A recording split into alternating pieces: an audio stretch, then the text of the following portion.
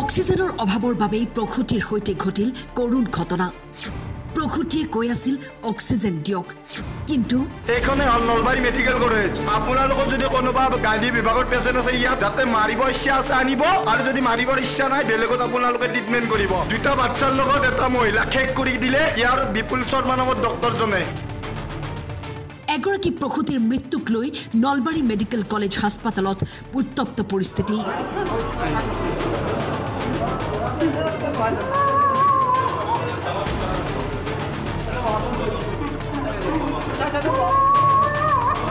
উশাহ নিশাহত কষ্ট পোৱাৰ পিছতো চিকিৎসক তথা স্বাস্থ্যকৰ্মীয়ে প্ৰসূতিগৰাকীক গুৰুত্ব নিদিয়াৰ অভিযোগ, যাৰ ফলত সুস্থ শৰীৰে নিজেই খোজকাঢ়ি চিকিৎসালয়লৈ অহা প্ৰসূতিগৰাকীৰ মৃত্যু হোৱাত সৃষ্টি হয় তীব্ৰ উত্তেজনাৰ। আত্মীয়ই উল্লেখ কৰা মতে মহিলাগৰাকীৰ গৰ্ভত আছিল দুটিকৈ সন্তান।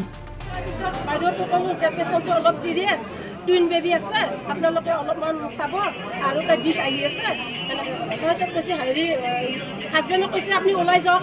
তাৰপিছত এই ডাঙৰ মানুহকো কৈছে ওলাই যাওক, তেওঁলোকে ওলাই আহিলে। মই থাকিলোঁ, ওলাই যাওক আমি আছোঁ, আমি তুমি যাব নালাগে, মোক হাতখনত ধৰি ৰাখিছে। তেতিয়া মই কৈছোঁ মই শুব নোৱাৰোঁ, মোক হাতখনত যেতিয়া ধৰি ৰাখিছে তেতিয়া কৈছে এই আছে বাইদেউ ওলাই যাওক, ওলাই যাওক, কিয় আছে চিষ্টাৰ এজনী কৈছে। তেতিয়া মই কৈছোঁ নহয় বাইদেউ এই পেচেণ্টটো চিৰিয়াছ।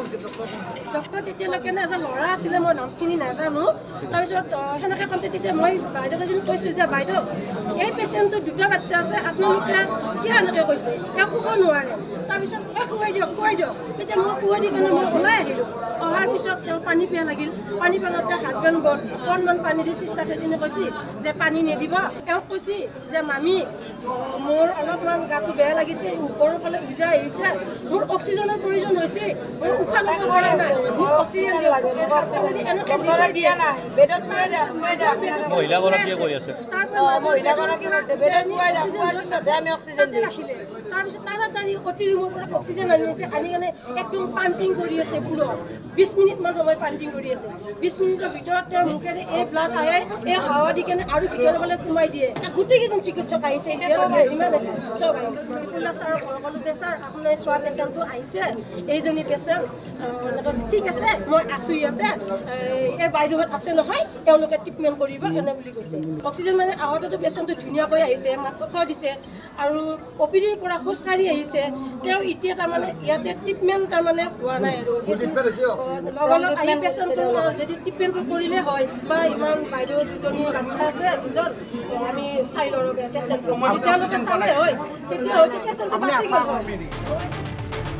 নলবাৰীৰ পৰা হিৰক ডেকাৰ ৰিপৰ্ট, টাইম 8।